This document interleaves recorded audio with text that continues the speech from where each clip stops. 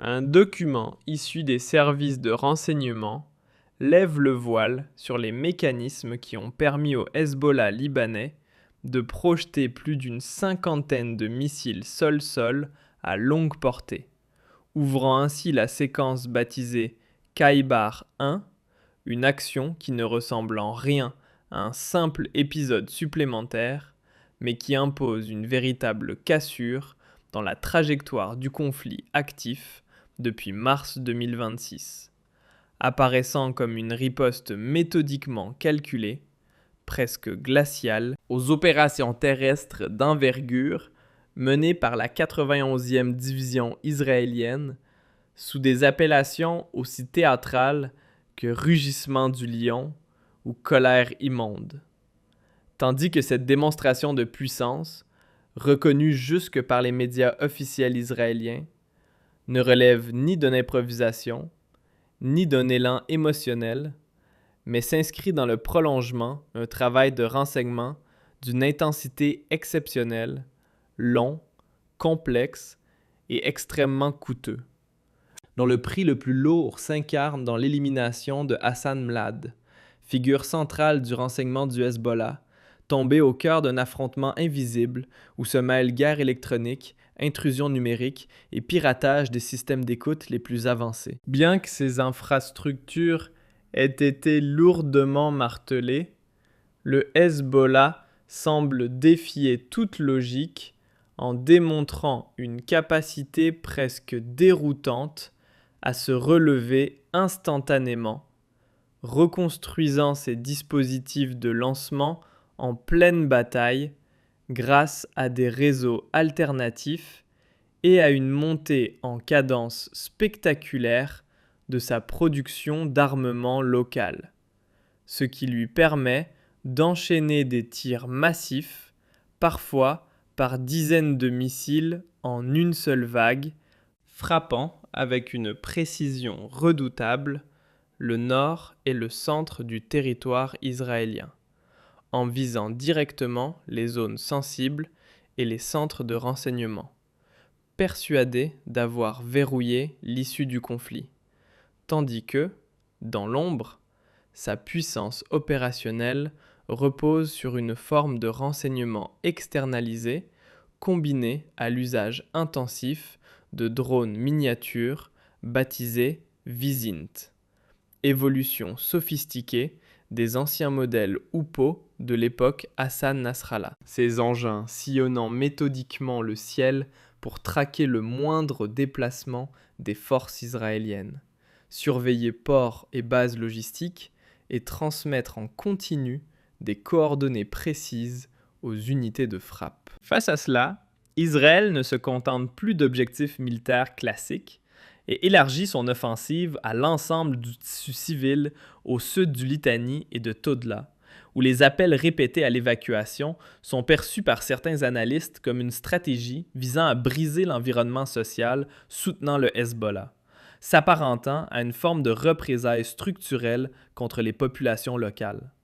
Tandis que l'unité 869, surnommée Shafa Aurore, opère en temps réel pour repérer tireurs d'élite et équipes anti-chars. Ce à quoi le Hezbollah répond en activant des systèmes avancés d'écoute et de brouillage pour perturber et infiltrer les communications adverses, révélant ainsi un niveau critique de vulnérabilité réciproque où la domination de l'information précède désormais l'impact des armes elles-mêmes. À mesure qu'Israël intensifie ses opérations pour imposer par la contrainte un cessez-le-feu assorti d'un désarmement, le terrain devient de plus en plus instable, presque explosif, poussant le Hezbollah à se reconfigurer autour d'un maillage dense de dispositifs d'observation civile détournés, combinant caméras thermiques, vision nocturne et capteurs anti-drones disséminés à des points névralgiques et le long de la ligne de contact.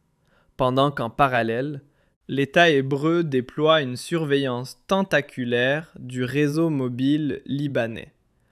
infiltrant massivement les communications et exploitant malware ainsi que faux profils numériques pour nourrir une guerre psychologique devenue indissociable du champ de bataille. Tandis qu'en coulisses apparaît l'unité navale 1200 du Hezbollah, une structure discrète, dissimulée sous couvert civil, à l'image d'un institut maritime servant à former des agents et à collecter des données stratégiques en mer, signe que la confrontation ne se limite plus à la terre ferme, mais s'étend désormais aux espaces maritimes,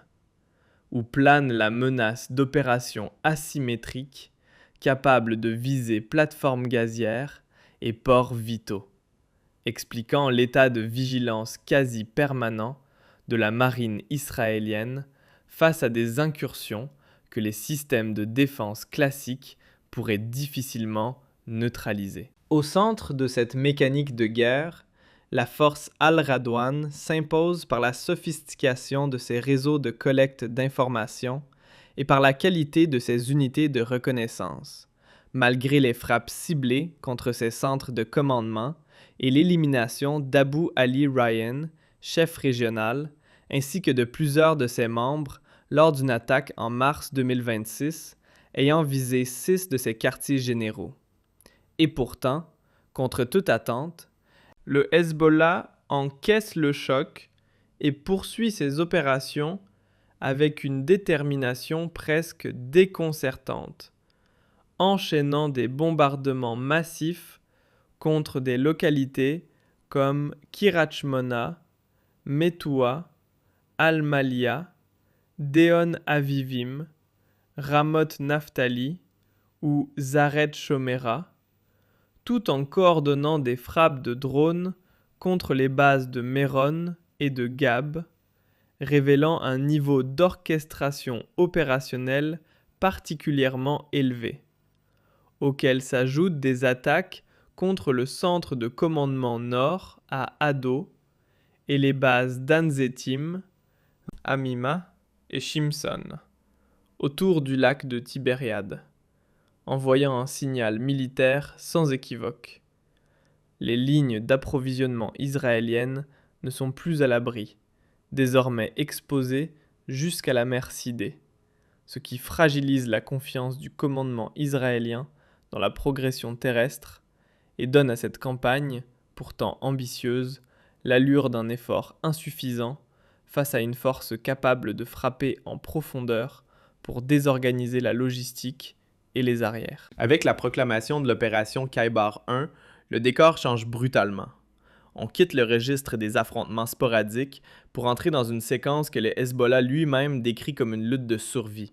posant d'emblée des exigences politiques presque inatteignables, à savoir un retrait complet d'Israël non seulement des positions récemment occupées, mais aussi de 5 anciens points stratégiques, sans la moindre concession. Une posture rigide qui, selon son propre discours, découle de l'échec des tentatives diplomatiques et consacre le champ de bataille comme ultime arbitre,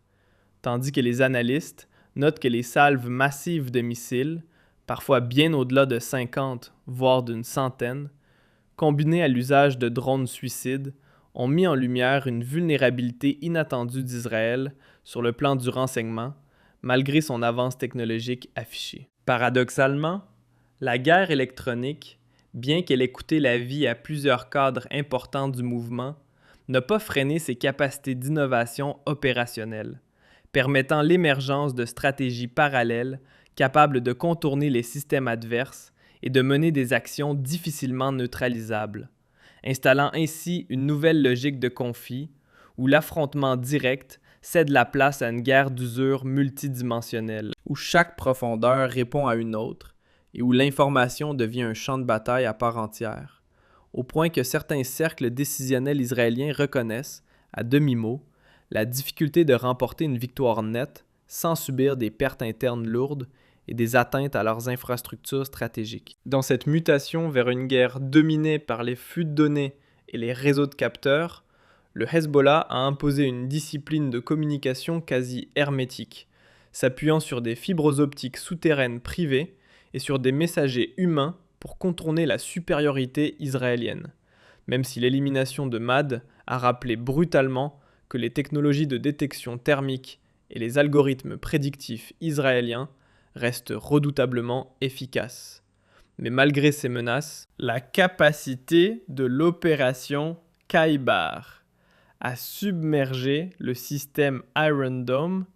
et à frapper plusieurs objectifs en simultané révèle une organisation logistique robuste, forgée et maintenue en dépit de mois de bombardements intensifs. Même fragilisées par des compromissions partielles, les bases de données exploitées par la force Al-Radwan continuent d'alimenter des frappes d'une précision redoutable, visant en priorité dépôts de munitions et centres de commandement tactique, tandis que la politique de destruction systématique menée par Israël dans le sud du Liban produit un effet inattendu, presque ironique. Loin de briser la volonté adverse, elle semble au contraire attiser la détermination des unités combattantes, chaque localité rasée devenant un motif supplémentaire pour étendre la portée des frappes vers les grands centres urbains comme Tel Aviv ou Haïfa. Par ailleurs, ignorer le théâtre maritime serait une erreur stratégique, car l'unité navale du Hezbollah, en combinant surveillance sous-marine et observation des mouvements de la flotte israélienne, esquisse les contours d'éventuelles opérations asymétriques visant des infrastructures sensibles, telles que les champs gaziers de Léviathan et Karish. D'autant que la fusion des renseignements terrestres et maritimes, enrichie par l'exploitation détournée de caméras civiles, a donné naissance à une forme de surveillance inversée, où ceux qui pensaient observer se retrouvent eux-mêmes constamment observés. Dans ce contexte, l'exigence de retrait total formulée par le Hezbollah dépasse largement la simple revendication territoriale pour s'inscrire comme une affirmation absolue de souveraineté, impliquant un refus catégorique de toute intrusion, qu'elle soit matérielle ou invisible, et à mesure que la tension monte, sous le regard attentif de la communauté internationale, une évidence s'impose. La supériorité technologique ne garantit plus l'invulnérabilité face à un acteur capable de transformer ses failles en atouts dissimulés et d'imposer, à travers le langage brutal des missiles sol-sol, les règles du jeu entre paix imposée et guerre sans limite.